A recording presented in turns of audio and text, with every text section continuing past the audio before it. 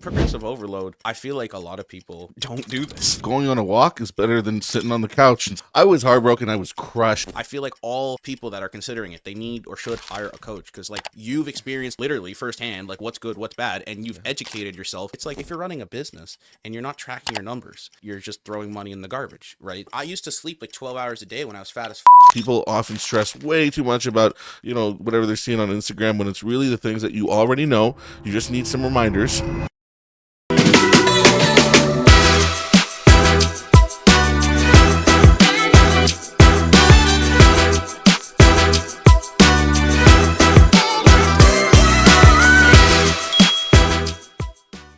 Ladies and gentlemen, boys and girls, people of all ages, gender, species, and all kinds from different races and planets.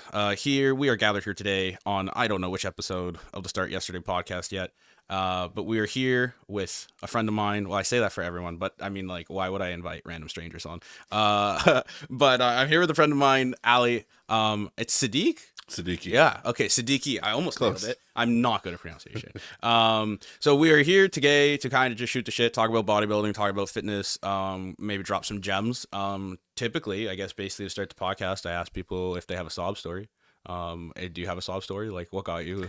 Absolutely, I've got a sob story, and this one is very appropriate to really, everything we're going to be talking about, the fitness, and really more than the fitness, but the mindset behind what it takes for you to be successful with reaching your fitness goals, and really, all the goals that you set for yourself in life. But my sob story begins at the age of 19 years old. I had just been broken up by a woman that I thought at the time that I was going to marry. Damn, dude. Yes, and so I was heartbroken. I was crushed, and I remember just telling myself that I was going to become so good at everything that no one would ever hurt me. No one would ever say that I wasn't enough ever again. And so that, kind of carried over into my studies and to really everything that I was already doing. But it certainly carried over to the gym, where I really took my efforts to the next level. And I used that sob story to eventually, get ready for my first competition, which I competed in that same year. And it really set the spark in me to, really, like I said, never let anyone do that to me again. That's valid. I mean, a lot of people, that's like a really good, a good driving motivator, right? Yeah, A lot of people, but I think maybe you can touch on this. Some people or some guys, they get into wanting to get into better shape or better health because they think they're gonna like attract more women. But I think, and you could probably attest to this, you get more guy attention than you do women attention when you get like super, you're not even super jacked, just like when you get into like, I guess there's different levels of physiques. Like there's like dad bod, and then there's like lean build, and then there's like muscular, and then there's like hyper muscular, yeah, for sure, right? And it's funny you say that, because even for me, admittedly, a big reason for me being into the fitness as much as I was obviously to improve the attraction that I was receiving from the opposite sex. So but the funny thing is I just found myself, the more I got into it, the more I actually would find myself prioritizing the fitness for my sake. And I was actually turning down opportunities to to have things happen with females, just again to further my efforts and my progress and my physique. So that in itself is kind of becomes addicting, and I think that's when this really becomes you have a higher chance of success at this, is when you're truly doing it for you. Yeah. And not really doing it just to win the approval of anyone in your life that you're trying to win over. No, that's a valid point. I think that goes for really anything health and fitness wise. If you're doing it, okay, like some people need external motivation. Like I know for some parents that I've worked with, like they want to do it for their kids, but then they also want to do it for themselves because they want to do it for the kids, right? But I feel like if anybody, and it's not just really fitness and health, but I guess for the sake of the podcast or the topic for that, like if you're doing it for someone else or for someone else's validation other than yourself, I really don't think that's going to yield long-term success. It might short-term, but then that motivation like subsides, right? Like, okay, you see this chick and she's like, yeah, put on 30 pounds of muscle in like 6 months and then we'll go on a date, right? But then you probably do that for yourself, and then you're like, yeah, I don't probably need you anymore, right? But I don't know. It's interesting. You and I have been, obviously helping people out with their fitness for a while now. We've worked with many different kinds of people, and we've seen many success stories. But we've also seen people that really want to make it happen, and for whatever reason, they didn't follow through with it. But I'm just curious here. What do you find from your experiences? I've kind of got an answer here, but I'd be curious as to what you're going to say here. But what do you think is kind of, the most important thing about a person's why? That drives them to see success in this versus the so many, the hundreds of thousands and millions of people out there that don't see the success. What do you think is kind of the most important driving factor or the why that needs to be there for this to be successful? You just said it can't be for other people. Yeah. So what do you think? Well, I mean, for myself, like obviously, like I lost a shit ton of weight, and that's like, I mean, we have somewhat different niches. I'm sure you've helped people lose weight, but like we have different niches in terms of like guys want to get like super jacked, and not that I can't help people put on muscle, but there's different levels of this like periodization. So we'll talk about it, like drug use, Hmm. etc. Right? But I mean, when you boil things down to what your why, if you don't have one, then I really feel like nothing's going to be accomplished, or not, like you're not going to have success. Like some people hate their job, they're 9 to 5, but then when you boil down why they're still going to it, it's because they want to make money, right? But if you took away the monetary income or what they're getting for that job, they wouldn't go to it. They would quit or whatever. I mean, it's a whole other thing about like universal base income, but like for me, the sad reality was like I couldn't see my dick in the mirror when I was 17, right? I was 370, like a real life Peter Griffin meme, right? So like I'm not even saying like it's a great hook or catchy like subject line to put in. I actually did put an email Yeah, out. yeah. And I had like 8 unsubscribers because they were probably like, what the It's fuck? too edgy. Yeah, yeah. But shout out to my copywriter actually. I love it. But for me, that wasn't even like the biggest reason why. My doctor told me I was gonna be dead by 24 when I was 17, and like I'd literally be dead like right now because I would have gotten to like 500 pounds, and that wasn't even my biggest reason why. Mhm. My biggest reason why was I was so fucking like I was so ashamed of like what I actually became, and then like I didn't love myself anymore. Um, and I love this quote by RuPaul. I'm a heterosexual male, but I really love drag. I have a large appreciation for it because it's actually really difficult, like with makeup and the clothes and anyways, his or her quote. I don't know the proper pronouns. I don't think he identifies. Don't come at me. But basically, the quote is, "If you can't love yourself, how the hell are you gonna love anybody else?" And I feel like a lot of people lose sight on that. Maybe when you have kids, that's understandable. Then that kid becomes the priority. But until you have a child, I think you should be your own number one priority.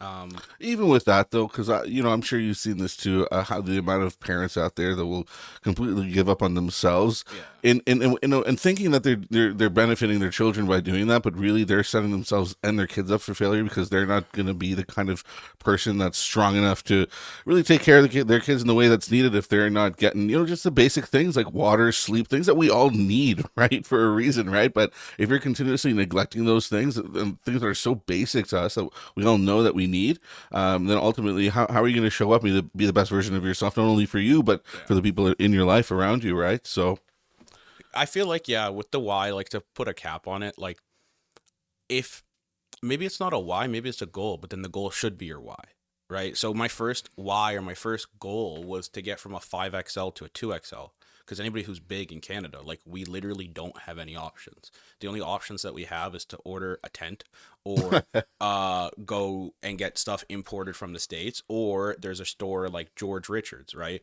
But then like the options are so limited and the designs and all this stuff is so basic. So that was like my first goal. But then yeah, like if you don't have a reason why, it's not even just fitness, it's just literally like anything in life. If you don't have some type of motivating factor or a reason why, chances are you're probably not going to do it. There are some people that are like just like mentally numb where they don't really need a motivating factor and they'll go get it done no matter what, but I feel like for majority of the population they need some type of motivating force.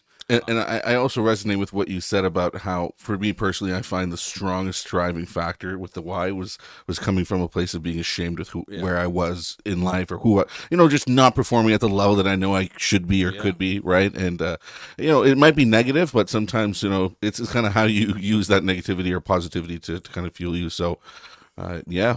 I mean, everybody has a starting point. I hope most people like they don't wait until it gets super bad. Some people do, right? But then it's really hard to get out of that hole. Like, I feel like there's a giant difference between like being 220 pounds, you want to lose 20 pounds, being 250 pounds, you want to lose 40 or 50 pounds, and then getting to the point where you're like 300, 350, 380, 400. Like, it's hard. It's so much. It's not even because you need to lose more weight when you're bigger. It's literally you have to unfuck up all your terrible Yes. habits, Yes. right? And so people don't realize that, or they'll like keep waiting till Monday. They'll keep.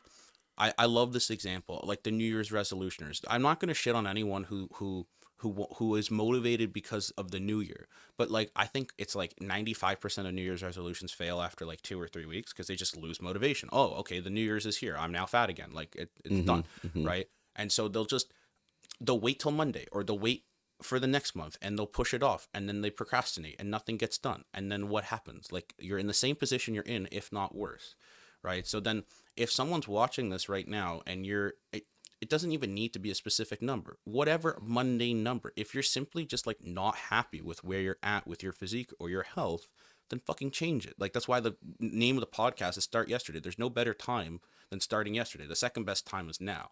So like, I went on a rant on another podcast where it was like, basically like, just go out for a walk. Like, if you're literally watching this on YouTube right now, like literally get off the couch and go for a walk. That's the simplest solution, or the simple starting point that you could do, and then you build on that, and then you build on that, and then you build on that. Yeah. So for you, I guess, what happened, or like what got you into the whole bodybuilding? Because some people like Yeah. they they they start with calisthenics, or they start with like, well, if anybody doesn't know, calisthenics is body weight training, but start with calisthenics, or they start with powerlifting is really popular. So did you like just get inspired by Arnold, or like, Well, to be honest, if I think back to kind of my earliest influences, I think maybe a lot of it was probably kind of subconscious. For example, watched a lot of Dragon Ball Z growing up, and those guys are big, shirtless, and so it kind of just leaves that imprint of like, this is what a cool big yeah, guy looks like, right? And I so think you've accomplished that. well, I'm getting there, Yeah. getting there. And so, I always thought, and then I remember like I'd be like a kid, and I'd like see the weight room that I wasn't allowed in at the time, and I'd see like the guys benching, and in my head I'd be like, that's so cool, right? And so I always had this like this natural affinity towards it. But again, I'm really really lucky in the sense that again, I'm very grateful for it, because I when I was 15 years old, I had a really close friend of mine who actually took me to the gym every single day. And again, it's not like I wanted to go. I was rather, unathletic as a kid. I played a lot of sports, but I wasn't really any good. I was a big nerd. I still am. Read a lot of books. I used to play a lot of video games. But my friends started going to the gym, and I started feeling lonely with them always at the gym. So I ended up tagging along, and honestly, I fell in love with training right away.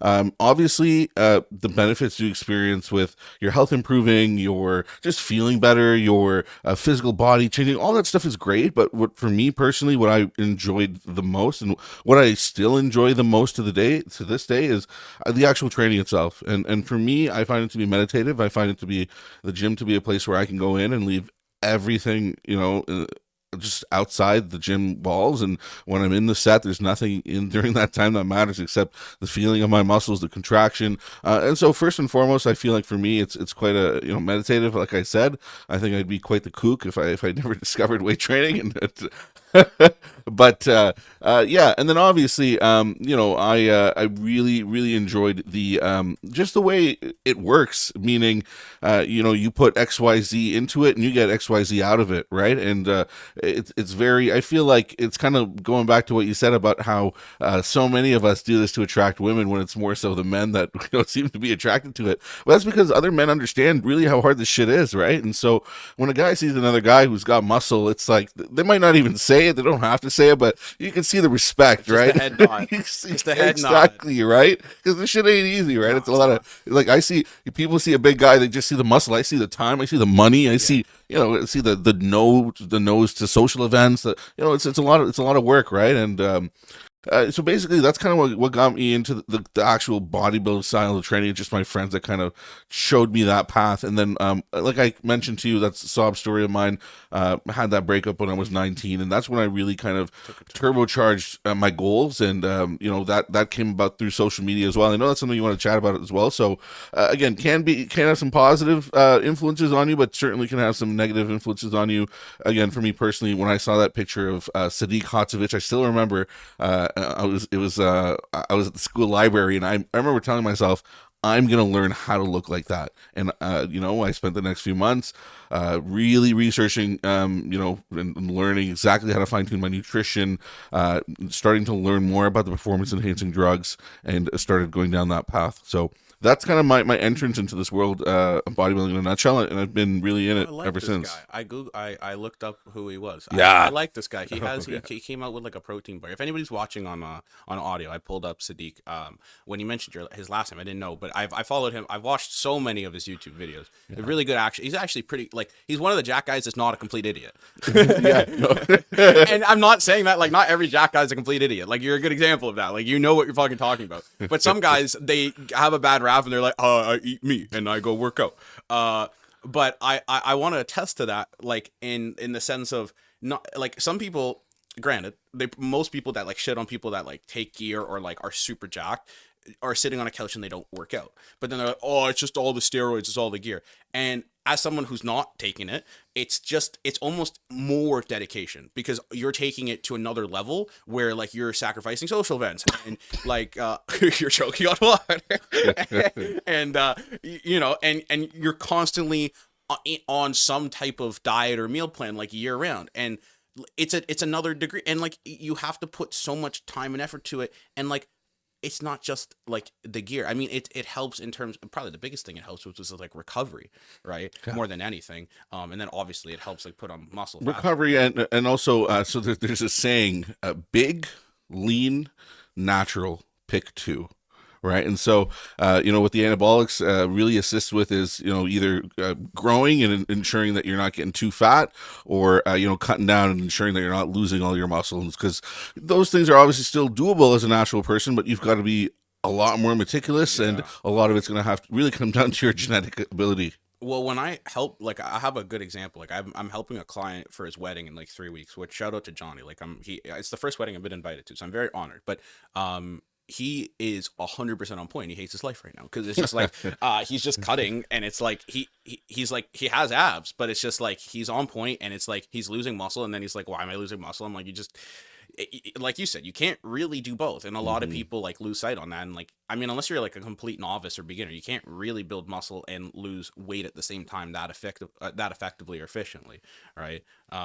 So for you, like, do you have any like core principles to like your approach with bodybuilding? Like, because I know a lot of people now, especially like we're kind of progressing in terms of the fitness space. There's a lot of top guys that are like biomechanics or like EMG studies and all this shit. Are you into that? Like, I kind of pick and choose a little bit. I don't really. I'm not gonna pick up a bicep curl because of a fucking study told me like Hmm. the Hmm. eccentric this Hmm. that and the other Yeah. shit. You know what I mean? Absolutely. So, how I'll answer this is I'll kind of approach it as if I'm kind of working with a client, right? Yeah. And so, really, the most important thing first here is personalization, meaning like what are you as the client ultimately hoping to achieve out of this? What's your goal? How big of a goal is it? Are you looking to compete at nationals, or are you trying to get ready for a vacation? Because obviously, that's going to dictate the level of effort that we're going to put into this. Obviously, by level of effort, I mean might mean extra supplements, spending extra money for this, whatever it may be. But I really try to understand every client's individual circumstance, and again, not just what the goal is, but what's their schedule like, what's their family life like, what commitments do they have, how many times a week can they realistically commit to making it to the gym, like all these things. Because what I essentially look to do with a client is make sure that whatever plan we come up with is something that they can commit to and be consistent with, right? That's the most important thing. It doesn't matter if, Chris Aceto, Haney Roundabout, some of the top gurus gave you the best diet training plan in the world. If it's not something you can execute on a daily basis, it's literally useless, It's 100%. right? And so that's the most important thing. First off, is really coming up with some kind of a plan that's going to get you to your goal that you can follow consistently, right? And so it's like you said earlier, going on a walk is better than sitting on the couch and staying there. So if that's literally, what the plan, like what's written on the plan, whatever way forward you can push yourself is really, all you're looking to, do every day. So I would say that's a big one, is the individualization. And I feel like with social media, it's very easy for you to kind of jump on a bandwagon. Like, you know what, I'm going to do keto this week, do that for a few weeks. I'm going to go on intermittent fasting, and it's very easy to jump onto the next sexy thing. But really, what I like to do, especially after having tried all of these approaches, is to pick and choose what works best for you from each of these approaches and make your own approach, right? 100%. And that's kind of what I've seen to work best. The other, I guess key principle I can kind of go over here is progressive overload. So for a lot of people, when they hear that, they might think of making sure that when you go to the gym, that you are progressively increasing the load or the weight that you're using in the gym. Now, when I say progressive overload, I kind of mean something slightly different in that a lot of people fixate on just the weight. They're so focused on getting stronger and stronger and stronger when really, you do want to be getting stronger over time, especially if you're training specifically for physique development and you're not trying to be a power lifter. If you really just care about how you look primarily, then again, you don't want to lift like a power lifter. It's not about moving the weight from point A to point B. It's about really understanding how to properly contract the muscles, feel the stretch. And so, honestly, as years have gone on, a lot of my lifts, in terms of the weight that I use, has gone down as I Yeah. focus more and more on the execution. And not only have the results been better, but I walk out of the gym and my joints feel actually Yeah. usable and workable after my workout. So that's another big thing too. The progressive overload. Another big thing I've seen alongside along those lines is it's quite easy for people to kind of get it's good that they're in a routine of going to the gym, but they get stuck in a rut where they're kind of doing the same thing day in and day out that they've been doing, the same weights, and they're not really in that zone where they're pushing themselves to try a little bit more each and every single time. So I would say that's something you want to avoid. And so there's a lot of strategies you can employ to help with that. Training with a partner that's just as or even hopefully even more intense than you, that can kind of push you. Obviously, hiring a coach that can also monitor and push you. Again, a lot of different things, but we definitely want to make sure that you are pushing yourself every single however you can, right? And again, the other thing here, I think this is probably one of the biggest things, is that understanding that this is a comprehensive approach, and the results that you see are going to be there's a lot more that goes into it beyond just the 2 hours that you spend in the gym. You have 22 other hours in the day. How are you spending those hours? Are you drinking enough water? Again, it sounds very basic, but this is one of the easiest levers that you can pull to see the quickest amount of progress. If you're not drinking enough water, how much sleep are you getting? How much stressed are you? Are you deficient in vitamin D, magnesium, all these things that the vast majority of the population is deficient in, that causes massive hormonal stress or hormonal impacts that you don't want. So lots of little easy levers that you can pull. But really what I'm trying to say here is that you need to look at your fitness as a comprehensive approach that you need to take, with more than just what sets and reps of what exercises you're doing in the gym, but what kind of a lifestyle are you living. And again, if you can try to really build this to be more of a lifestyle and less like a diet, again, pick things that you genuinely like and you can see yourself doing long term. Obviously, any kind of change is going to require some sacrifice, because you're literally changing as a person. But again, hopefully you're changing to a person that's a better leveled up version of yourself. So that'll keep you going when things get tough. So those are kind of, like, to sum it up, my key principles. But I've got a lot more here. But I would say when I'm working with clients who are coming up with kind of just a solution to get someone from point A to point B, those are the main things I'm kind of stressing to them or thinking about when I'm coming up with their plans. Yeah, I feel like consistency is like the biggest key. Yeah. I have a quote that I like. It's 1% better every day, and consistency is better than failure. Because I tell that to almost I probably say this 20 times a week. Cause like my weight loss clients, like they go from 0 to 60, or they'll be on point for one day and then nothing the next day, and then that equals out to 50%. And I'd rather them be 50% on point every day than fucking 100 and then zero and then Yeah. 100 and then zero. Because literally the 50% every day is going to result, or is going to create better results than just on, one off, one on, one off. Because, well, there's a whole bunch of nuances to that. The progressive overload, I feel like a lot of people don't do this and they leave so many gains on the table.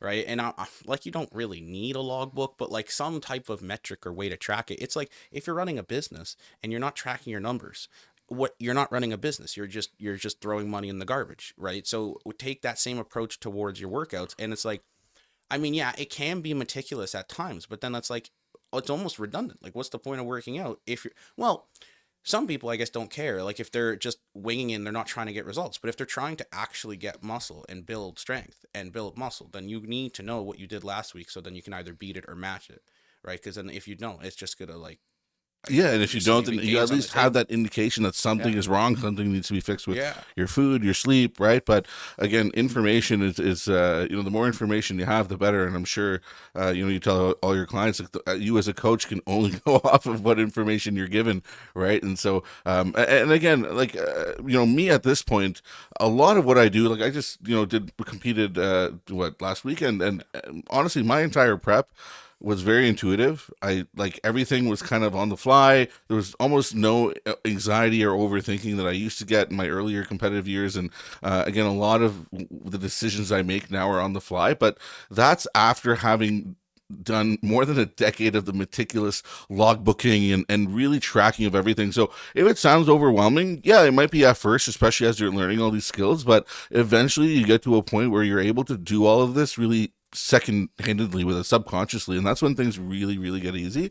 And yeah, that when you get to that point, really it's harder to mess up and go backwards than it is to keep going and see forward progress, Well, it's right? like tracking your macros. Like, I mean, that's like one of the biggest things that like my clients are like, oh, I don't have time. I'm like, dude, you're literally sending me this text message. Yeah. It takes you less time to log that. Like, the easiest rule of thumb, just like as you're consuming the food, instead of going on TikTok or Instagram or YouTube, just literally input it into the app. It's really not difficult. Like, it, it's it incognitive to and me. I'm using MyFitnessPal right now Yeah. currently, and it's absurdly crazy how easy and intuitive. There's no excuse. There's Well, like the only excuse is, and I can understand from like a bit rudimentary, like you're just starting off, like there's no data in it. So it's like, just give it a week. And then yeah, after yeah, basically a week, it's going to have everything that you eat on a consistent basis. And you just have to measure or like change the amounts, right? But, and then there's ways like, obviously, like unless you're cooking every day and you're doing all these different recipes, then yeah, it can get a bit annoying to input that. But eventually, you're not making a new recipe every single day, right? I mean, maybe the odd person is, but unless you're doing that, then I can understand how meticulous or tedious it hmm is. But hmm yeah, it's definitely something that's necessary. So for you, like, what are some of your most notable clients, like success stories, like, and like, I guess, how did you help them? I'll pull it up on the screen. You have like the Instagram, the muscle I coach. do, I do. So those, yeah, there's quite a few on there. If you go, yeah, the muscle coach. So There we go. let's go. Okay, I got an interesting one. This will be quite relevant to the discussion here. If you want to scroll down, um, click on the one with the green spray bottle over there. Yeah, that one. So this is a HOD, and this right here was a transformation that took place over the course of 6 months. Okay, now this one here is interesting not only because it's a crazy It's transformation for solid. 6 months, but again, preface I want to say that it was not a natural transformation. He certainly was using performance enhancing drugs, but the interesting thing here that I want to note is that again, if you're not familiar with how these performance enhancing drugs or steroids work, is they're typically done in cycles, right? So Yeah. you'll do them for a period of time, and then you'll stop them or lower the dosage significantly to give your body time to heal, and you'll kind of rinse and repeat kind of thing, right? And so with a HUD here, we actually for our first 3 months we did our blast, as we call it, where we're throwing in all these compounds in an effort to really get the needle moving on everything. And it was at this point that Ahad was really struggling with his nutrition, right? So now this just goes to show a few things. Number one, it doesn't matter what you take. If your foundations with training and nutrition aren't down, you're not going to see the results that you're looking for. Even if you take a bunch of Even shit, if you take right? a bunch of shit, exactly, right? And so he really struggled, and so we actually decided to end the cycle early Mm-hmm. because I said there's no point in us doing this if we can't just get the discipline down and not binge every weekend, right? And so 100%. we got off, we dropped him down to a therapeutic level of testosterone, and funny enough, he actually saw the majority of the fat loss progress once we got off the testosterone because he felt so bad about himself and how he performed during that cycle that he's like, fuck, I gotta level this shit up. And so he mastered his nutrition, and with his again his testosterone levels at the time was reduced by more than 80%. All the other compounds removed. Despite that, he was able to see phenomenal progress. Again, just getting the consistency with the training and nutrition down. So again, this one here was a really cool transformation. That again just really goes to show that how the stuff works. People take them because they work, but ultimately it's only taking the efforts that you're putting in and multiplying them. And 0 times 0 is 0. So Yeah, that's a valid point. yeah, yeah, So that's a good segue though. Speaking of that, because that's one of the biggest things I wanted to ask you, because you're open about it, and like, very. I mean, and I appreciate that, because like a lot of people, and I'm sure you can attest, like with Instagram or just social media, like there's so many fucking fake natties, right? Like Yeah. one of my favorite accounts is Goob, right? You know Yeah. Goob? Oh yeah. I love Goob. It was And if awesome. anybody who doesn't know who Goob is, he just basically shits on people that is photoshopping. Well, mostly Photoshop, like that people like fitness influencers that like Photoshop their glutes or like that. But like I think he also was doing a bit of stuff with fake natties, but mainly just the Photoshop. Yeah, just scumbags in general. But like, They'll- because it's just misleading as fuck. Like, what are yeah. you doing? Like, but yeah, it's just also people are gonna do whatever they want. I'd rather people that want to do performing enhancing drugs just educate themselves, right? Yeah. Instead of just like one of my biggest pet peeves, or like one of the things that I don't like, or the not one of the things, like one of the accounts on Instagrams I don't like a lot is like the Trend Twins, right? And I'm not saying them in particular, like as the person or people, but like they're 22 years old and their literal Instagram handle is the Trend Twins, and then all their social media content is like, oh, just fucking take Trend. And like if you're an 18 or sometimes 16-year-old seeing that shit and then you just go and take Trend, you're fucked. Like Yeah. I don't know any, like I don't touch anabolics Yeah, with like a yeah, 10-foot stick yeah, because I don't yeah, know anything yeah, about dude. it, right? Yeah. But I So, just know it's gonna fuck everything out about your life. and it's crazy because like you're in the fitness industry for sure, but you're far removed from the competitive bodybuilding world. Yeah. But just because of the amount of shit out there, you're familiar with trend and you know all you know what's going on just because of how glorified this is on social media. I shouldn't, And like, you shouldn't because I don't and like you I don't like you on my shouldn't, free a time. kid shouldn't, Yeah. right? And it's crazy to hear that because you know trend, like I'm sure you know you probably know this, but most of these you know, testosterone and other steroids they're usually derivatives of testosterone, but the majority of them have medical use, Yeah. right? Trenbolone is actually one that is actually not only does it not have a medical use, but it is made for cows. Yeah. It's made for cattle to beef them up, while providing them less food. And so, you know, to tell a kid, and again, I'm going to be fully transparent with you here. I was a victim to this myself. I first started using anabolics when I was 19 years old. In my first cycle, I went against every rule I read online. The rule was do not take Tren for your first cycle. Guess what I took It's like for my first cycle? And not only did I take Tren, I ramped it up to levels that even to this day I don't go up to. Holy For my fuck. latest show, didn't go up to. And I experienced firsthand exactly how powerful the compound is, both with its results on your physique, but also mentally. And a lot of people don't consider that and take that into consideration. That you play around with PEDs, it'll certainly exacerbate or even bring out any certain underlying mental conditions that you may have, you might not know you have.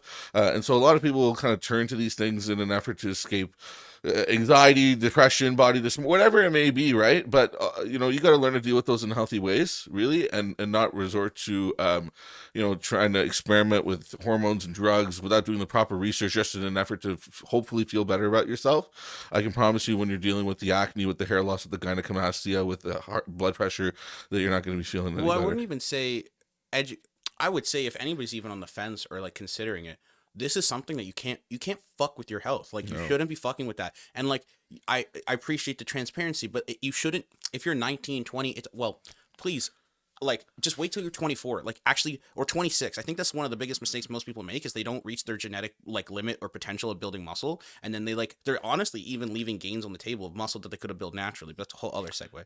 I feel like all people that are considering it, they need or should hire a coach, because like you've experienced literally firsthand like what's good, what's bad, and you've educated yourself more so than anyone could do on their own, right? It's the same concept of why anyone should hire a coach in the first place. But especially when it comes to something where there's not that much well-known research or information out there, because so many people are afraid to admit it and open up about it, right? And like then, because if they're like, hey, this is what you should do if you take Tren or Deca, people are going to be like, maybe you're taking it yourself, right? Yeah, and bodybuilding is in this weird place when it comes to the science of it all, because whatever papers you can find on these anabolics, a lot of them, again, like I said, they're made for medical use, and so a lot of the populations that they were used on have some kind of affliction. They're not a healthy population. They're certainly not bodybuilders that are with extreme amounts of muscle, and so a lot of kind of what we have to infer about these compounds does come from bro science and kind of that anecdotal evidence. And so that's why having a coach who's been working with clients who have used this extensively with thousands and thousands of people and know if you're seeing this kind of reaction, it's indicative of this is what's on your blood work. This is, you need to pull this out. So again, I feel like, and with bodybuilders in particular, I don't know if I can speak for all men across the board here, but I've noticed this with myself, but as well as a lot of other bodybuilders I know, is that we kind of, male bodybuilders, that we tend to have this thinking of, I can do this shit by myself. I don't fucking need no one, right? And so that holds you back so much. And I remember when I hired my first coach, and just the it's like you don't even know what you don't know. Right. 100%. And so when I was shown completely new and way more effective, like, it's crazy how a lot of the times you actually need to work less and you'll see more results, but it's smart work, the right kind of work. Right. And so, hiring a coach, and at this point, I've worked with bodybuilding coaches, about 7-8 different coaches. And it's like I said, when we were talking about the keto, the intermittent fasting, I don't subscribe to just one coach's approach, but I've learned so many things from each and every coach that I've worked with, and I've conglomerated them, and I've kind of made my own approach that works for me, and that's ultimately what I try to do with clients, is not put them on my approach, but find an approach that works for them. No, but that's why it's successful, and that's why you're good at what you do. It's similar. Well, I didn't have like a bunch of different weight loss coaches. I just went through it myself and trial and error, right? And then I've worked with other people and then figured out what would work. But especially when we're talking about, I guess, manipulating the laws of like do shit your body's not supposed to do. Right? Like that's the best approach to do, right? And like, well, I can say this similar to that when it comes to like the business side of this aspect. Like I've had like 7 different business coaches. Some were shit, but the 4 or like that were actually decent. I've taken stuff from all of them and then compiled it into one, and then you kind of mold it into what works. It's the best way to go about it, right? So I'm curious, like, what are some long-term, because I feel like everybody takes steroids and they're like, oh, that guy's going to die when he's like 40, right? Mm-hmm. And I know, and you've mentioned already, like, blood work, pull this, take this out, but like, I guess what are some, if someone is watching this and like, they're like, oh, I don't care, I really want to take gear, like, what are some like long-term risks associated with this? And like, I guess how it's portrayed in everyday society, that it's just like this quick fix to like all your problems. No, so what I can say is, again, I'm not, when it comes to an individual person's choice to use anabolic steroids, I'm not pro use. I'm not against it. It all comes down to their personal circumstances. Mm-hmm. For some people, it might totally be the right choice if they're dead set on going to the Olympia stage and they have a plan and they have a goal and they've got the right support system, and that's what they want to do. Then yeah, so be it, and you're willing to really educate yourself. For the vast majority of people that reach out to me that are interested in trying to, take some Anavar to get ready for the beach, you probably don't need it, right? So, with that said, when it comes to actual effects on your health, or otherwise, that most people either don't know or don't know, that again, that you really need to take into consideration when you're playing around with these things, is that, number one, when you're playing around with anything hormone related, so anabolic steroids, testosterone, Anavar, D-ball, any of these popular steroids that you might hear, you have to understand that these things are exogenous hormones, meaning that you are putting hormones into your body, which then, to put it simply, signals your body to stop producing its own hormones, right? And so now you're reliant on these external hormones to give your body the hormones that it needs. And again, that can be quite complicated for some people, knowing that they are, again, going to have to either inject themselves for the rest of their lives, or again, go through a whole post-cycle therapy in order to try to reattempt and get their endogenous production online. So that's the number one big thing, is you gotta understand that it's a commitment.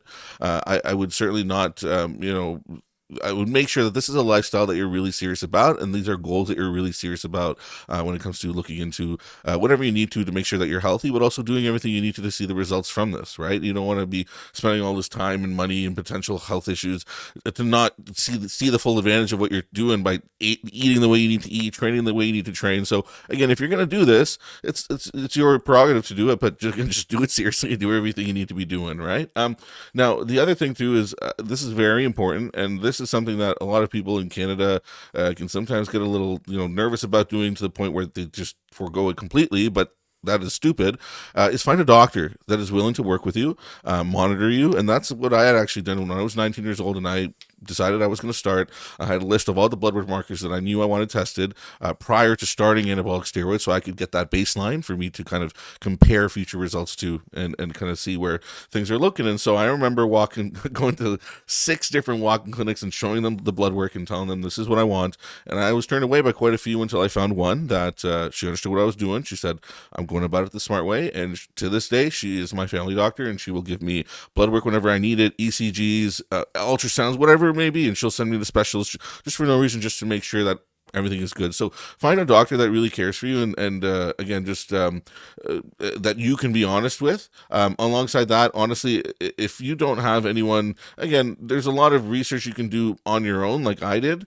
when it comes to the anabolics and utilizing them. But you got to understand, I also did make a lot of mistakes, right? And so I would certainly, if I could, I would go back in time and tell myself that no, you certainly don't know everything. There's a lot that you can learn, and a lot of mistakes that you can avoid, and a lot of progress that you can fast track by accepting help from someone that's not just done it themselves, but has done it for 1,000 people, and be able to just look at your situation and just tell you XYZ, get rid of that whole anxiety of what am I doing the right thing, and you're changing things every week, right? So those are, in a nutshell, hopefully, some of the main things that I can kind of give you in terms of things you want to certainly watch out for, and look out for. The other thing too is really avoid, especially if you have a coach. If you've got a coach, trust your coach. Avoid reading the forums on the internet and getting too many cooks in the kitchen. You don't want. There's a reason these anonymous posters on these forums are anonymous with no pictures, right? Just be very careful about where you get your information from. And social media these days with TikTok, Instagram, a lot of people can be really good on camera, really convincing, and it might sound really smart, but a lot of what Yeah. is out there is just a Well, head on that banging with point, people. I would say, like, to vet your coach. That's the other thing. Like, when I made the mistake like 3 years ago where I was just naive and I was like, okay, this guy seems to know what he's talking about. Let me hire him for business, right? I mean, business and fitness, there are some similarities, Yeah. but you, I would highly encourage anyone. I mean, obviously, if you're listening to this and you're thinking of taking PEDs, just fucking hire Ali. But like just straight, like, this is, I'm not affiliated, right? But like, vet your coach. Like, make sure he knows what the fuck they're talking about. It's like, if someone wants to lose weight, why the fuck wouldn't they hire me? I literally done and have succeeded with like 150 people at this point, and I've done what they've tried to do and kept it off, right? So it's the same thing with you. It's not like a good thing that you've experimented and did all this random shit when you were 19, but at least you did that so you could tell someone else not to do it. And that's actually the last point I want to talk on in terms of like the steroid thing, which would be like, what is your advice? Well, I guess like maybe you're on the bias standpoint where it's like, I guess, kind of do whatever you want, but like, I feel like too many people, especially today's society, is starting so young with the steroid use. Yeah. So with the age, see, there's something that you mentioned a little bit ago that I actually kind of disagree with, that I can kind of bring up. So you mentioned that you think that it's best for people to not start steroids until later, mid-20s or so, until they've at least come close to building up to their natural potential, right? Yeah. So the reason I kind of agree, I kind of disagree. I kind of agree because we, from what I've seen and what all the literature has shown, that men actually don't fuse their growth plates until around 24, 25. So by starting steroids at 19, and again, these steroids, what happen is a lot of them, testosterone, for example, aromatizes, and when that happens, your growth plates actually fuse, and you can actually lose out on some inches of height that you may otherwise have had if you had waited until you were 24, 25, and your growth plates have fused naturally. So again, I started when I was 19. Both my younger brothers are taller than me, so take that for whatever it's worth. So there is that consideration. The other thing with the natural potential thing is that my idea is that, for example, if you look at me when I was 19, I was honestly, I was in pretty good shape, to the point where, like, I had been accused by family members of already being on steroids when I wasn't. So like, I was doing everything I needed to do. But if you know that this is a lifestyle that you are dead set on, and you're 19 years old, let's say, and you have a coach and you've got the support and you are living this lifestyle, you're not drinking, you're not, you love bodybuilding, you know that this is what you want to do and this is your soul, like me, like that's literally me, right? And many of the other competitors I know. And so again, at that point, I would see it as you're wasting time by not starting now. that's the way I see it. That's the competitor in me, Yeah. the extreme person in me. But again, that's not for certainly not. I would say not for most people. Yeah. But again, I'm all for if people got big goals and big dreams, man. I say go after it, run after it, and you fail, you land on the stars. That whole quote. You shoot for the stars, you land on the moon, baby. But I'm just more on the side of cautionary, where it's, well, if we put the bodybuilding, or I guess I want to be on a show, like, or I want to do the show, then I think I don't know. I guess we can agree to disagree. I think it's better to wait for when you're not as young. Because then it's like, this is something that you're just basically prolonging the inevitable. It's like, for me, for example, I've always had really low test. And I think that it had to do with basically me throughout almost my entire pubescent cycle, or like when I was going through puberty, I was super fat. So I just had an incredible, that's why I had like tits. Like, for guys that don't know this, you have tits because you have more estrogen, or you're consuming, when you eat a lot of fat, you just don't develop as much testosterone. You just literally create more estrogen. And so, what's it called? Now my test levels is like pretty low. I got it done. Like, I did the TRT clinic through the guy at HD Muscle, Khan or something. Dr. Khan. Yeah. Yes. And I qualify for TRT. But then I'm like debating whether I should do it or not. But then it's like, because it's not a matter of like, for me, I knew it's not a matter of like if I should do it, it's a matter of when. Yeah. Right. And so, well, I'm like going for a sleep study later today Nice. to like check out the sleep apnea machine, because I'm trying to see, like, I had this, or I still have a little bit of like a chronic fatigue issue. Yeah, but basically, for me, I guess I'm like for me, I've always known like it's something that I had to do versus like I want to do it, right? So the question for you, if you've currently got the low testosterone, as as we're sitting here right now, why is that not the impetus for starting right now? Because like I'm trying to basically rule out every single possible scenario to like I'd rather do TRT like when I'm like 30 versus now, if I could, right? It's just like it's something that I'd rather prolong, but I feel like it's inevitable where within the next like 6 months I'm probably gonna have to do it. Yeah. Right.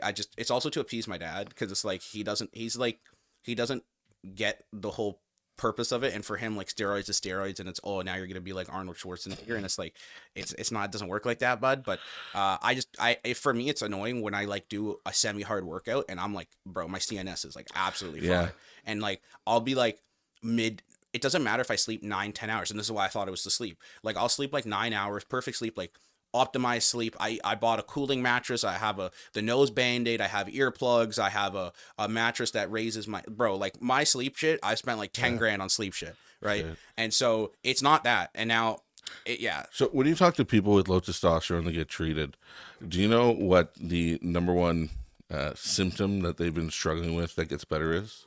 Probably either sleep or vitamin D. There's fatigue in their sleep. Yeah. So that's one of the major things people, and then obviously if your sleep shit, your mood shit, everything goes to shit from there, right? But here's something, a super cool story that really goes to show you the power of hormones, right? And so I had a former coach, passed away, Matt Porter, rest in peace, but he had a very interesting YouTube experiment that he did where, again, he was a bodybuilder, used to, use all these compounds, ran them pretty much year round, went pretty hard, and he had a family emergency. So his father got really sick, and he kind of had to pick up, leave the state, and go take care of his father, take care of his family, stopped all the bodybuilding, stopped taking all the drugs, cold turkey, no post-cycle therapy, nothing. He was just there for his family. That's really, really bad. It's really tough for sure. And so what happened was, at the hospital, he actually collapsed, and they checked his blood pressure, and it was so bad that they actually checked him in the same hospital as his father on a different floor. But basically they told him he was, his health had really deteriorated, and so his father ended up passing away, and this caused this whole change in him to really take care of his health. And so what he did, and he documented this entire process, was that he told himself that he was not going to get back on testosterone. He's not even going to go on TRT. He's not going to just touch any of that. He was just super concerned about his health. And what he did was he made a YouTube series called Smaller by the Day. It was a parody of Rich Piana's Bigger by the Day, right? And so what he did was... It's actually genius. Yeah, right? And so he documented, again, these were like huge blogs, so interesting, so knowledgeable, but... every single day what he was eating, he would alternate one day with an hour of cardio on the stairs. The next day would be high intensity interval training. The entire diet was like low to no carb, high protein, low to no fat, like suicide dieting, as if he was getting ready for a show. Now, here's the kicker. When he got his blood work done, prior to him starting this experiment, the doctor told him his wife's testosterone was higher than his. Jesus. Right, and so that's where he was starting at, and so he got his initial DEXA scan done. If you guys don't know what that is, it's a device that scans your body fat, your muscle mass, all that stuff. It gives you a nice, good looking report. So he does that initially, and he goes through again. It was a certain time period, 30, 60, 90 days, and he gets DEXA scans done at the end of all of those months. And at the end of each month, his body fat went up and his muscle mass went down. And this is with him training like a bodybuilder, eating like a bodybuilder, doing everything you needed to be do at the top level. So what this goes to show is that, kind of bringing it back to what I said earlier, sometimes it really doesn't matter how hard you're working. Sometimes there's really just a few small pieces of the puzzle that are so small and easy for you to just insert and have the whole thing to come together. Water intake, stress, sleep, all these little hormones. And again, with hormones, things like vitamin D, that is the most common deficiency in the world that leads to low testosterone levels. But again, such easy little things that again, I find that people often stress way too much about, whatever they're seeing on Instagram, when it's really the things that you already know. You just need some reminders. Right, and hopefully a coach like one of us in your corner shouting at you to get it done. But yeah, that's my rant. No, that's a valid rant. I mean, I think TRT for me is inevitable, and based off of, like, I talked to Luca. I think you and Luca worked together for a little bit. Yeah. And like he got me. He referred me to the Dr. Khan guy. And I wasn't surprised. Like, my test levels is like, it was like like my free test is like 230. And I think like I would have gone if it was below 200, I could have gotten it prescribed from like my normal doctor, not a TRT clinic, right? But I don't know why I have. I think it's like I just have like some reservations. And I think it's normal. It's normal, right? It's normal. But I mean, I'm telling you, after working with clients that have been like natural for 2 years, working with me before they finally let go of those reservations and did it, they're like, fuck, I don't know why I was playing this up so much in my head. But again, that's if you truly need it. But again, I don't know if you ever, I feel like if I was in your shoes, I would just constantly hear the voice of like, look at how far you've gotten now at this point with your testosterone levels being this low. Imagine if they were normal, not even high, but like imagine if they were fucking normal. Because my bro, like I don't think I've ever had normal testosterone in my life. Yeah, like, because even I used to sleep like 12 hours a day when I was fat as fuck. And like, I mean, granted, super high estrogen, right? Mm-hmm. I think my test levels were about the same then than they were now. I don't actually remember if I got it tested then, because they were just really concerned about my liver count. I have a question for you, just because I'm sure you've lived this and experienced it, but not only with yourself but with clients. But what you eat as a child growing up, the kinds of food you eat, has a permanent effect on your overall metabolism and just how your body develops and how you gain fat and how you're inflamed, and hormones and all these things comes. If you're eating home cooked food, is going to be very different than if you're getting takeout McDonald's every single day, right? But for you specifically, you kind of mentioned growing up, you had high estrogen, high body fat, all this stuff going on. Do you feel like now that your metabolism has changed? Do you feel like after fixing your routines with the food and the habits for a long enough period of time? Do you feel like, I'm curious for myself, and I'm sure the listeners are too, like, do you feel you're able to stop telling yourself like, I just don't handle carbs well, or I don't? Do you feel like in your personal circumstance that anything has changed from kind of at the start to now? Well, I'm kind of an anomaly because like I've done a complete 180. So like I actually had an eating disorder for like probably the entire time from like 6 to 17. It's called ARFID. I forget what it stands for. But basically ARFID meaning avoidant restrictive food intake disorder. Basically, I got diagnosed like way late in life, like when I was like on the weight loss journey. My mom found like the South African dietitian, shout out to Susan.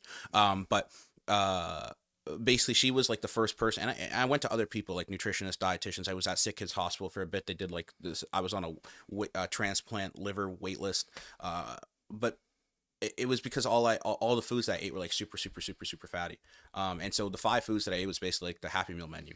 So like I'm dead serious, like that plus pizza, that was it. And so most kids, like some kids, not most, they go through a chubby phase, like from 6, 7, 8, 9. They gain like 20 pounds because they whatever, they don't work out, they don't move. But then they grow out of it because their parents are like, fuck this, eat broccoli.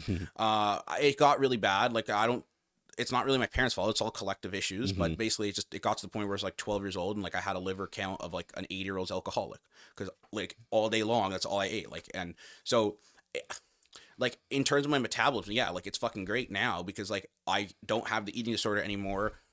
I eat like basically my diet, if I were to call it that, for like 90% of the week is like I eat a steak after my workout. I eat a steak for breakfast every day, and then I'll have like either chicken wings or chicken leg, skinless, boneless, because like Mhm. save calories, and then like I'll do that again, and then maybe some eggs, and that, or sometimes a Ninja Creamy. That's pretty much it, So, right? wait, so any carbs with those meals or no?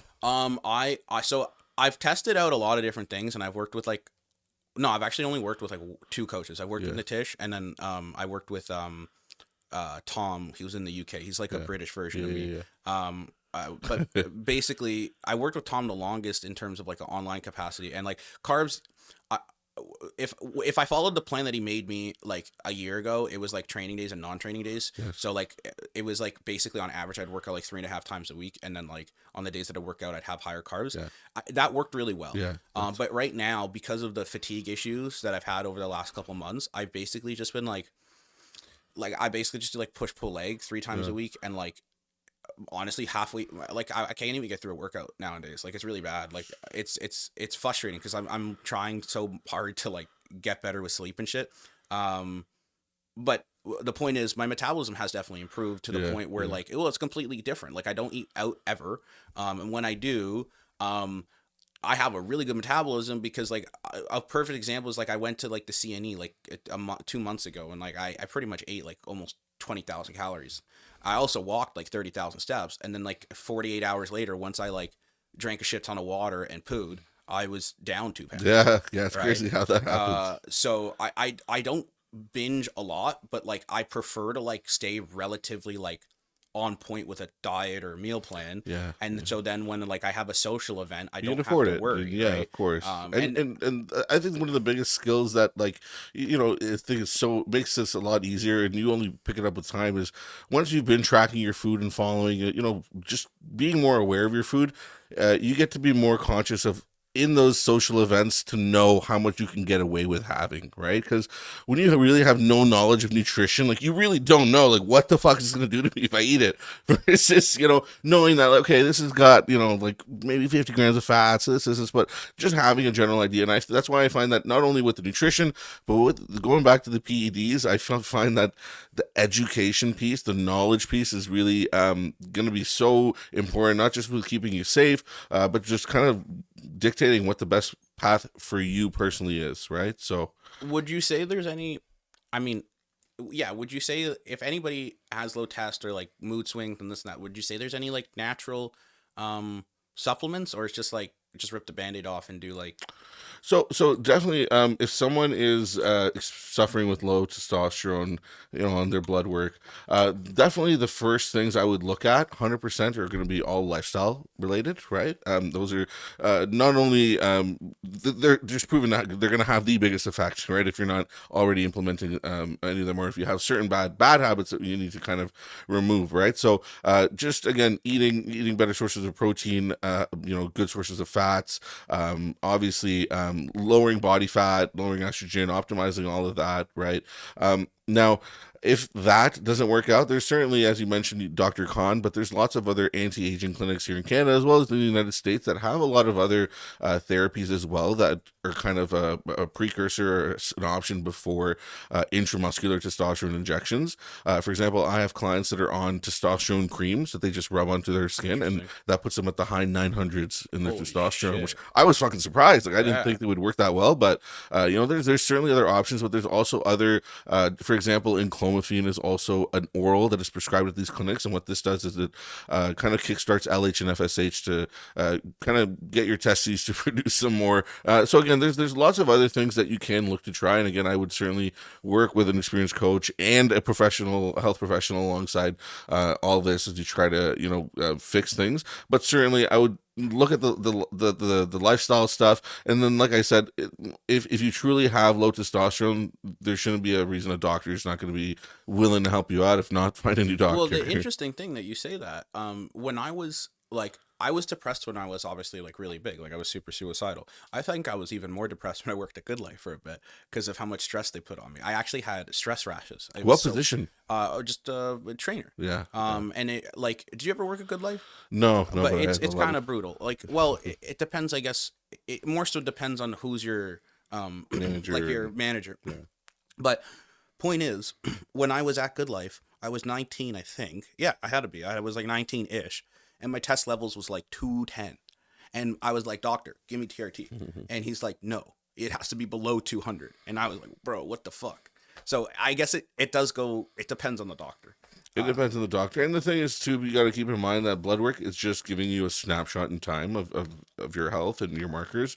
I remember when I was natural and I got my blood work done, it showed my testosterone at naturally at around 350. If you looked at me, you'd think it was 3,000, just Yeah, based that's off of how I had looked. And so sometimes, especially with testosterone, it kind of peaks in the morning, dips down later. So what I would do is kind of get, if you really want to get an accurate idea, is get multiple rounds of blood work done. And then again, just to throw it in there too, if you really want to get accurate, an accurate reading of your health as well, take a few days off of training prior to going in, because training really hard can impact your liver and can actually elevate those liver enzymes and a lot of things there. So just another tip for you guys that are going to be conscious about your health as you embark on this. And would you say there's any, or what would be like the most, I guess, misinformation on social media regarding, I guess, like the whole steroids or PED? Well, like if you were to say, like, if we clip this and like 20 million people were to see this, which is not going to really happen. Well, you speak it into existence. All right, 20 million people. But what would you want them to know if someone's like, I guess, on the fence, or just like there's a bunch of bullshit? Like, what's the number one biggest bullshit? For me, my biggest pet peeve is Ozempic, right? Like if I had a dying wish, like just get rid of that. I mean, unless you're diabetic, right? But for you, like, I guess what would be the number one thing, if there is one? Again, this is going to sound like such a bullshit answer to anyone that is thinking about using steroids, but I'm going to say it anyways because it's true, and that is that less is more, right? And that you are going to see better results, you're going to feel subjectively better by taking the least amount that you can. And why the fuck do we do any of this? It's to improve our quality of life, right? And so if you are slamming down milliliters and milliliters and milliliters of gear to the point where you can't sleep, your appetite is shit, you're inflamed, you got like weird ass mood issues, your dick doesn't work, you got all this shit going on, right? And you're not even seeing the results to put in that, justify any of that, right? So a lot of people get caught in the trap of like, oh, he's doing this, I might as well do this, I might as well do. But again, really, you're ultimately shooting yourself in the foot by doing that. And again, myself, many friends of mine at the Olympia level can tell you themselves that they progress much better throughout the years progressively as our doses have come down and our focus has gone more towards the foundational training, nutrition, and just that basic shit that doesn't sound sexy that no one wants to think about. And again, I'm not talking about fancy exercises or the newest diet hack on Instagram, but really the basic things that we already know that we should be focusing on: the stretching, the mobility, the hydration. Again, it's all in the basics. So again, to sum it up, less is more. I'm anti-team 3cc. If any of you can understand that reference, but yes, that would be my tip. Start slow, and then grow from there. So I think the one last thing on this note to circle all back with like the health fitness is the nutrition. Yeah. So do you have, I guess I kind of have a good gauge. It's like how you touched on, it's not keto, it's not carnivore, it's like whatever fits within your lifestyle. So is that kind of, I guess, your approach to nutrition? Because that would be like really similar to mine, like I guess like with working with clients. Yeah. So the number one thing when I'm working with clients that I put a lot of focus on is food sources, right? Macros are important, but obviously, if something's got a lot of hydrogenated oils and just high fructose corn syrup, it's going to cause a lot of inflammatory responses in people that, again, are going to impact the way they recover, they sleep, they train, yada, yada, yada, right? And then you also got to keep in mind that, for example, myself, when I'm working with a population of people that needs to eat 4,000, 5,000 calories a day, we need to make sure that they're digesting and absorbing everything, and if they're eating like an asshole, every night for it's throwing them off. It's kind of like you're putting in all this effort and kind of wasting it. So I'm huge, I get this like autism thing in me about like making sure that like I'm not leaving anything on the table, right? And I'm doing everything I can, like, especially if I've already done the work. And like, for example, like, this here's another big one, like magnesium is the second most common deficiency in North America. And one of it's responsible for sleep. A lot of people know that. It helps a lot with that. But one of its also main primary functions is muscle contraction and relaxation. So going into a workout depleted of magnesium leads to something like a drop of 30% in your power output, wow. Right? So just by not taking this fucking little pill, you are doing that to yourself going into your workout. So just, again, all these little little things that you can look at there. But I've already forgotten the question. Oh, the question was basically like your approach on nutrition. Nutrition. There we go. Right? So yes, like I mentioned before, very individual. And also it varies if you are enhanced or not enhanced. Right. For example, a natural person, they really rely on fats, healthy fats, Yeah. right, for the production of their hormones, right. And so when you're injecting X, however much you want you kind of don't really need that function, right. And so we can afford to have our fats a little bit lower on the lower side and kind of translate more of those calories into carbs, which further drives our performance, our recovery, right. And so natural athletes do have to, I would say, have to be, I'm not going to lie, steroids do make certain aspects of things easier, Yeah. meaning you don't have to worry about muscle loss when you start going real low in the calories. You don't, versus as a natural person, you got to be really meticulous with Yeah. your food timing. You can't go, if you're already kind of lean, you can't go 10 hours without eating. Yeah. It's No, not you're going gonna to be fall good for over. you, Yeah. right? So, again, very individual. I would say really take a look at your life and be really honest with what's something you can do realistically. And then apart from that, good food sources, eat as close to whole single food ingredient foods as you can. Yeah. Apart from that, again, and then this is probably honestly, this would have to be the biggest mistake that people are making with usually their nutrition. And this goes for both enhanced athletes, this goes for natural people just trying to lose weight. But this is by far the biggest mistake, is that with their nutrition, when I hear what they're doing, they are way overdoing things, meaning they're over dieting, they're under eating. And so that gets them to a point where they inevitably will hit a point where they just cannot sustain that, and they will binge, and they will, right, and that will happen, right. And number two, they are under eating so much to the point where their workouts are shit. They're not getting stronger. They're not recovering, and in some cases, they're even losing muscle mass, which is again in turn slowing down their metabolism, right. And so with fitness, it's walking a fine line of eating enough to perform, to recover, to get stronger, to increase your metabolism, while eating enough so that you're continuing to lose fat on a continual basis. So again, it's a very fine line that you have to walk, and I find that people can be very easy to feel like they're ready to push harder when sometimes pushing harder is not what you should be doing, right. So rest, recovery, understanding that our bodies do have limits, Yeah. especially if you do decide you want to stay natural. You really have to learn your limits, abide by them, and build a routine that can support that. Know your limits, play within it. Shout out to OLG. Yeah, oh yeah. But yeah, no, that's it. I remember I was talking to Luca about it, and he was like, "Dude, I don't have many fats." I was like, "Okay, just stick a needle in me right now," because at like 400 grams of carbs, and I was like, "Dude, that's amazing. I would love to do that." But but I was curious. You posted, I think it was yesterday. So I mean, I don't know when this is gonna come out, but for anybody who I think what are we in? We're in September. You Mhm. tried the Jay Cutler thing. I Yeah, thought that was really really really interesting. Right. it was. What is your experience with that? Dude, so I had a lot of fun. So it's essentially, a lot of the let's just listen to a lot of podcasts of like Jay Cutler, Milo Sarcev, a lot of these top Olympic competitors from the '90s. If you hear a lot of their approaches, and not a lot of bodybuilders do this today, but they did the twice a day training, right? And so that's what Jay Cutler had done getting ready for the Olympia competition, was he would be eating 1,000 grams of carbs a day. Like he would literally do Coca-Cola with his protein shakes, Holy just for fuck, the sugar. Right? dude! Yeah.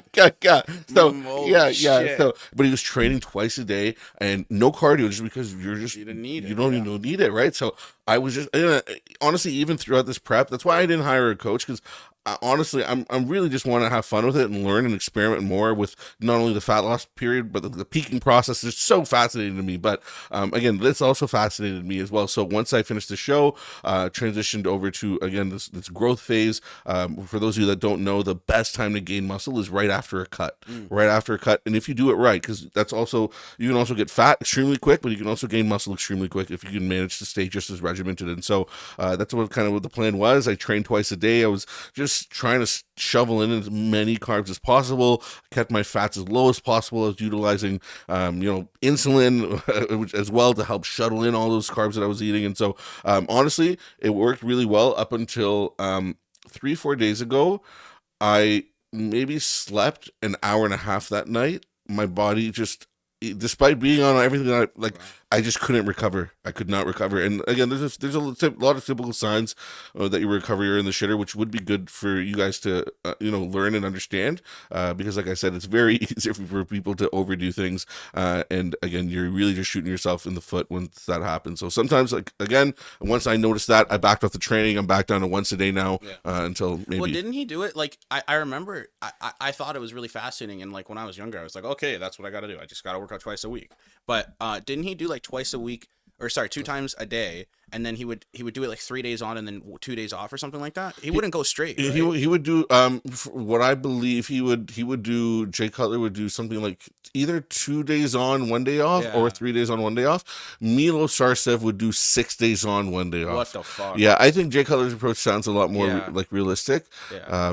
But it was a lot of fun though. I'm not, but also like you realize like how much time you're spending at the gym every day when you do that, and like not just the gym, but like playing around with the food. Because when you start playing around with insulin, it's like okay, like you eat a meal, you wait 15 minutes, you inject your insulin, you wait half an hour, and then you eat X amount of carbs, and you got to start training at this time, and you're right, and so you start this entire lifestyle. Really, you have to be okay with being a slave to the food, but I find that really that keeps me structured, right? And I find a big part of really bodybuilding in general, and a lot of the benefit I get from it in life is how structured it makes you, and how to be successful at this, it requires you to forego a lot of things and prioritize a lot of the things that you would otherwise prioritize, right? Well, So, I think for him, like why he was able to do it is literally his full-time job was to be a bodybuilder. and he would get Right. deep tissue massage every day, Yeah. and so there's certainly a lot of things. And when you're eating 1,000 grams of carbs, I'm sure that helps your recovery quite a bit. So is there anything else in terms of like I guess controversial trends or like things not related to like I guess gear, but just in general in terms of like the fitness or bodybuilding industry that you see as like problematic? I think one for me would be like how we kind of touched on or we're in agreement where it's like you don't need to do like heavy fucking barbell rows and all this shit. Right? Yeah.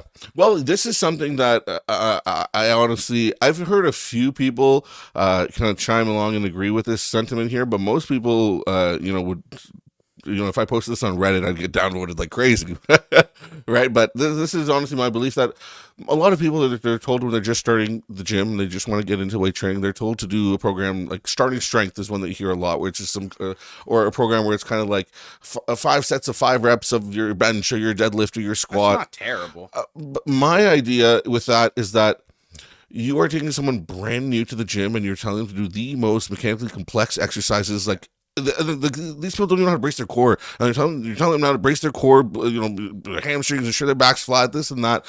When I find that the first step for most people when they're going into the gym, and this is going to be a lot less anxiety-inducing as well, rather than going up to those lifts, is just go to the individual machines and just get used to the muscles working, get used to the muscles contracting, right?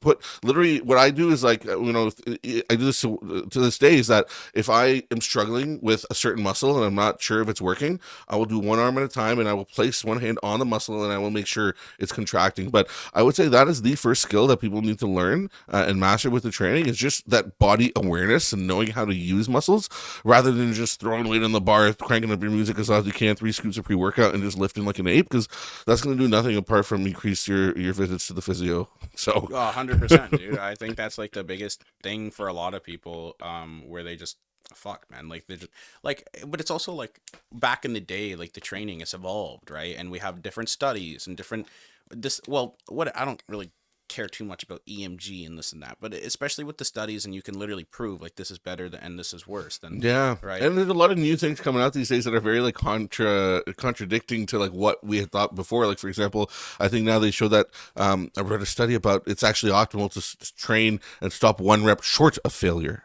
and not actually go to failure. I Right? don't know about that. I guess it depends.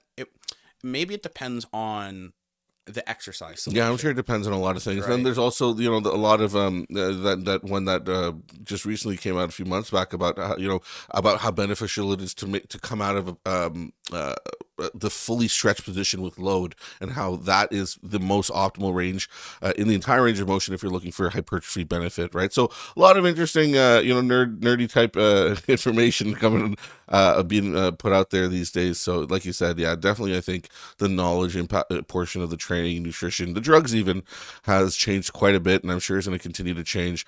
I know you mentioned Ozempic, that you had some not so nice thoughts on it. I personally, I think that GLP-1 agonists, especially with the predominance of diabetes and obesity in America, I think that, like, bro, I'm going to invest in all those companies. I got that. Well, no, see, I have no issues with the actual root cause of like what it Yeah, was designed for. yeah. I have an issue with a 300-pound individual going to his doctor and saying, "Hey, I want to lose weight," and the doctor's like, "Take this fucking thing." Yeah, and with That's what I have that, an the issue main with. issue with that, and see, I've done a lot of, because I've used not semaglutide or Ozempic, which is, you can think of Ozempic as like the Bitcoin Yeah, of yeah, the GLP-1 agonist, meaning it's the one everybody knows because it's kind of like the first big one. But yeah, there are other newer, more efficacious, less side effects. But so again, I've given them a try, and it's quite scary how well it works. But you also do have to be smart with managing like what you're eating, otherwise your stomach ache, or there's things you got to be smart with it when you're using it. However, a big risk that I've seen when it comes to GLP-1 agonists and people using them in an attempt to lose weight, especially people that are not, they don't have enough education or knowledge to do it without the GLP-1 agonists. They're typically the kind of people that will face this issue when they do use the GLP-1 agonists, is that it'll work quite successfully for maybe the first 20, 30, 40, 50 pounds, depending on how big they are, but it'll eventually get to a point where their progress is stalled. They are literally eating nothing. Like they don't have an appetite, but they can't eat less because they're eating nothing, and they can't lose weight. And the problem is, and this is across the board, the biggest criticism of GLP-1 agonists is the muscle loss. Is that these people they don't have an appetite, they're not eating enough protein. A lot of them aren't training, and so they're relying on this GLP-1 agonist to lose weight.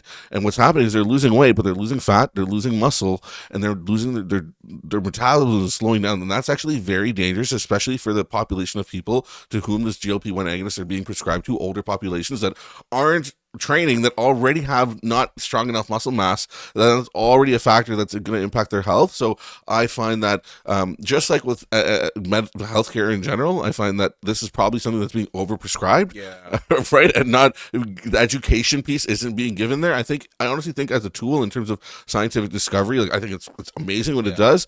Is it going to be used in the right way, wrong way? It's already being used both ways. So yeah. I just think like go for, like, your doctor should prescribe you to go for a walk instead of yeah, doing Ozempic. that Like, I is, have yeah, nothing yeah, fundamentally, like, if you use it in the proper way, that's great. But like, it's not logical to tell a 400-pound person to just go on. And I've actually had clients that took it and hated it because it just makes them super fucking nauseous. yeah, Right? That's yeah, one of the biggest side effects. Like, they're yeah, just like, no app. Sure, they're not appetite. They don't have an appetite because they're fucking nauseous all the time. Right? But then what happens when they stop? They just gain all the weight back they lost. I don't think yeah, it's sustainable for people that don't develop the habits prior to. If someone's like taking it for a bodybuilding yeah, show, yeah, that yeah. makes If a lot of it's sense, yeah, right? But like, because they also have the discipline, they have muscle, and they're fucking hungry, right? But no, for that's why to yeah, differentiate, I no, don't for like sure. throwing away So the people. way, and I see what you're saying Yeah, now, is there's a big difference in using something as a tool versus a crutch, yeah. right? And yeah, no, I certainly see and understand and agree with what you're saying there. So you just finished up your show. Do you have any other ones or? So I was considering doing nationals, which is, I think, in 2 weeks. Yeah, But that I decided to yeah, not do that just because I probably could have. However, just looking at my physique, I think so many places I just want to improve. And to be honest, like, I'm in no rush really. I would love to get my pro card. However, like, I'm competing because I love you the like it, process. yeah. I love to learn, and really, there's no rush with it. And there's lot of the prep takes a lot out of you in terms of your ability to focus on on things. And so, right now, I'm really trying to focus on not just the progress, but things in life that matter, relationships, whatnot. Yada yada yada. So, So the last thing to leave with got to be is an adult sometimes. well, yeah, that's true, right? So the last thing to leave with is, I guess, what would you say, or like, what advice would you give to any aspiring bodybuilders, or like really anyone just that's trying to improve their physique and health? I know this is kind of like a really broad, open-ended question. We did kind of answer some of it on the pod, right? But what would you say is like top one, two, three piece of advice for anyone trying to like get jacked? Okay. Definitely number one is do an audit of your social circle, right? Well, that's Um, really good. That's number one, and that's one of the biggest things I see holding people back, or one of the things that I see that draws people to the direction they want to get in, right? And so this not only includes, I'm going to extend this to not just the people you hang out with, but the content you consume, right? The podcast you listen to, the YouTube videos you watch, all those things have a huge impact on the things you consciously and subconsciously tell yourselves and believe about what you can do. And when I'm positive that when I'm doing my morning cardio, watching post show interviews of Nick Walker after he won the Olympia, like it's doing something in my mind that's like, that was a positive impact on the goal I was trying to reach. Or for example, is hanging out with Joe Blow wants to smoke a bowl gonna help you, just be smart with kind of the people that just every action, understand that every action has a reaction, and really and that leads me to the other thing. The point number 2 is that most of the time it's not the reason you're not where you want to be isn't because of something you're not doing. It's because of something you're doing that you're supposed to not do.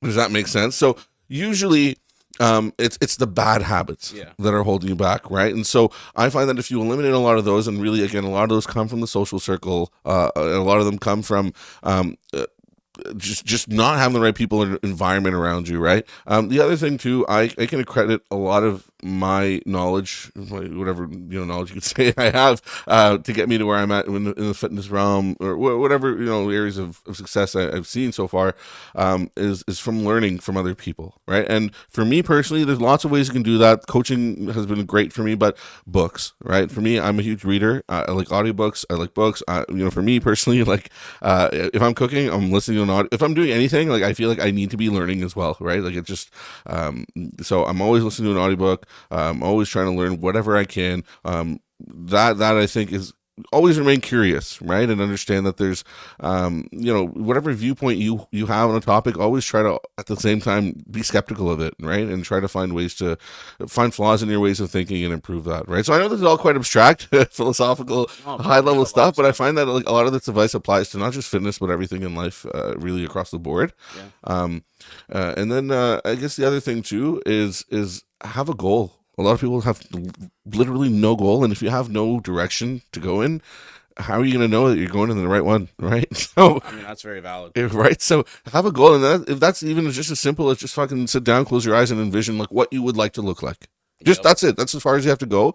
If you want to go take it a notch above, have a vision board, print it out, put it on your wall, right?